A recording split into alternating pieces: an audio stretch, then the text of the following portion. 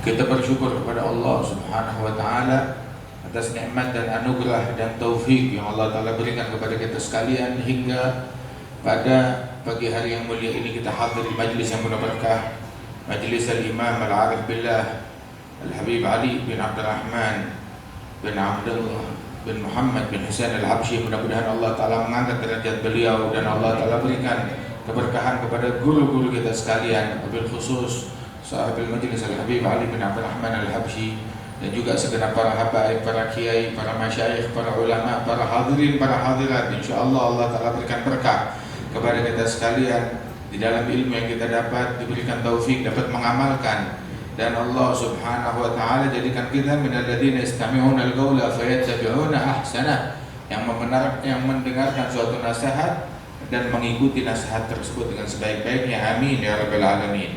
Disebutkan di majlis ini barusan dalam kitab An-Nasaih Diniyah lil Imam Abdullah bin Alawi bin Muhammad Al-Haddad, beliau menyebutkan tentang hal yang berkenaan minuman keras atau al-khamr.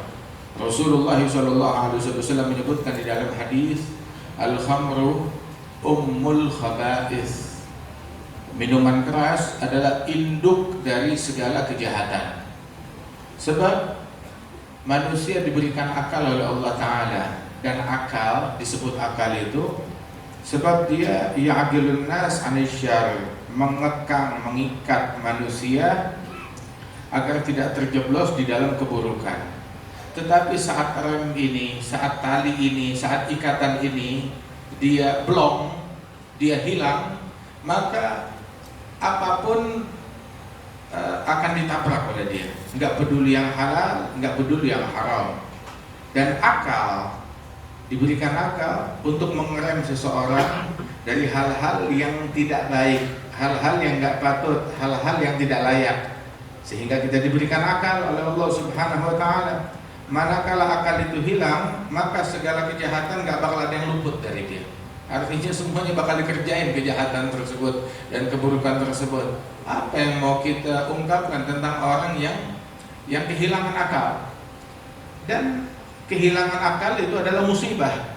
Tapi masalahnya yang lebih musibah lagi, ada orang yang sengaja mau menghilangkan akalnya dengan minum minuman keras atau obat-obatan yang terlarang, narkoba, waliyadzubillah min dzalik. Sehingga disebutkan al-khamru ummul khaba'ith. Minuman keras tersebut itu adalah induk dari segala kejahatan. Kalau dia sudah kecanduan itu atau sudah melakukan hal tersebut, maka semua kejahatan dengan gampang dia lakukan, dengan mudah dia lakukan.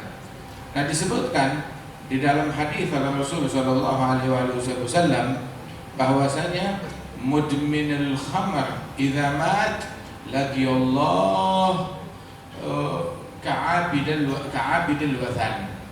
Pecandu minuman keras termasuk juga pecandu narkoba, apabila meninggal dunia maka datang menghadap Allah Ta'ala seperti menghadapnya seorang penyembah berhala di hadapan Allah Subhanahu wa Ta'ala. Artinya Allah betul-betul murka kepada orang tersebut. Dan minuman keras inilah yang membuat seseorang terjajah moralnya, terjajah akhlaknya, terjajah agamanya, terjajah negerinya. Sampai ulama menyebutkan bahwasanya tidaklah orang-orang kafir mereka berhasil menjajah tanah muslimin, melainkan setelah terlebih dahulu mereka berhasil menjajah moral dan jiwa kaum muslimin. Dan menjajahnya itu dengan menyebarkan di antara umat Islam minuman keras, menyebarkan di antara mereka buka-bukaan aurat, tabarruj, menyebarkan di antara mereka perzinaan. Kalau sudah itu disebarkan, maka segala keburukan menyebar di negeri tersebut. Ketika mereka berhasil menjajah jiwa kaum muslimin, menjajah hati kaum muslimin, maka tinggal tanah dengan mudah mereka injak, dengan mudah mereka ambil daripada tanah tersebut. Waliyadzubillah min dzalik.